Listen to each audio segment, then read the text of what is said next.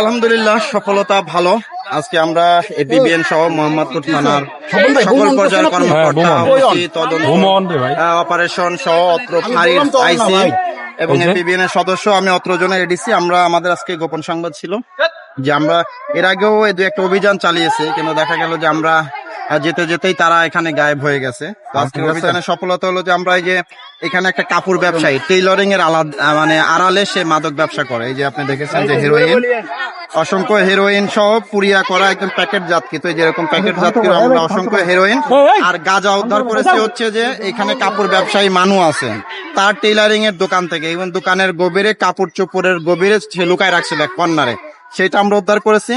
পরবর্তীতে এই যে সেক্টর 7 থেকে, যেটা বুনিয়া সোহেলের সেক্টর নামে পরিচিত, তার শাশুড়ির বাসা থেকে, মানে বুনিয়া সোহেলের শাশুড়ির বাসা থেকে এই যে দেখেন আপনারা ইউএস মেড একটা অস্ত্র এবং হচ্ছে যে 5 রাউন্ড গুলি সহ আমরা